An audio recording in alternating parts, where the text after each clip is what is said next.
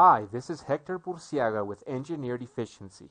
In this lesson, we'll review Navisworks' capability for redlining. As in this software, you can mark up both 3D views and 2D sheets. For this, we must first navigate to the location of the conflict. We can use any of the navigation tools available in Navisworks. In this case, I'll use a steering wheel. So I'll walk to wherever I have a conflict.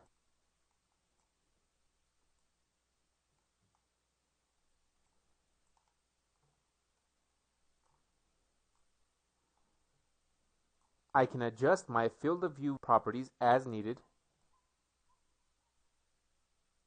And when I find the view that I'm looking for, I will go to the Viewpoint tab of the ribbon and I will click on the Save Viewpoint command of the Save, Load, and Playback panel. This will create a viewpoint in my saved viewpoints list, so I will go ahead and name this Conflict 1.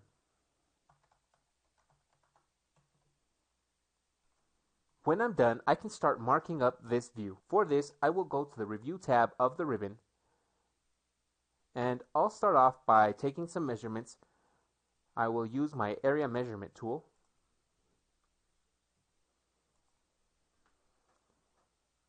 And I will take the area of this door. When I'm done, I will convert this to redline. And I will draw a cloud around this door as well.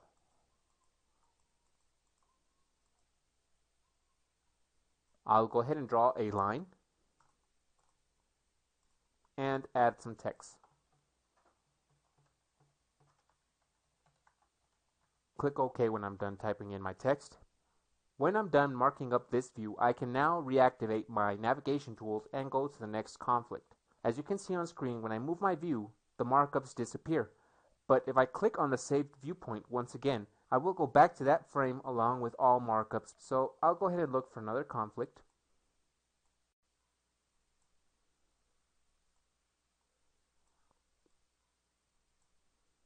And once again, I will capture a viewpoint and name this Conflict 2. When I'm done, I can start marking up once again. In this case, I will take a point-to-point measurement and convert it to redline. I'll go ahead and add some freehand drawings to this.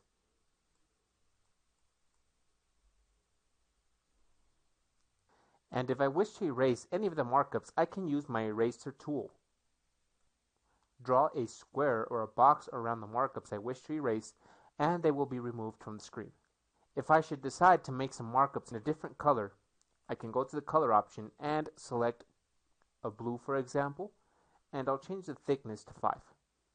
Now I will draw a cloud around this view. And as you can see, the color has changed. If I go back to the color option and change it to red, for example, the color of my cloud will now change to red. This will only happen immediately after I create that cloud. If I try it once again, it will not change. So I'll go ahead and reestablish my color to red and my thickness to 3. Once I'm done marking up in 3D, I can jump to a 2D sheet view and make some markups there as well. I will open the project browser and double click on Sheet A2 sections. This will open up this sheet view in my scene view. So I'll zoom in to a detail and I'll take a point-to-point dimension and convert it to redline. This will automatically create a viewpoint in my saved viewpoints list. So I'll go ahead and name this 2D sheet. I can zoom in and out and my markup will stay as is. So I'll go ahead and take another measurement over here on this side and convert it to redline as well. If I zoom out, I will see both annotations on the same sheet.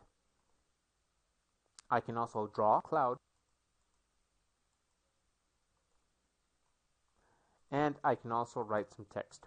A nice thing about working with DWFs is that you can select items in your sheet view, and in your selection tree, right-click and click on the Find Item in other sheets and models. What this will do is turn up a list of all views where this item is located. This is especially helpful when working with DWFX files exported from Revit, as all items will be linked throughout all views.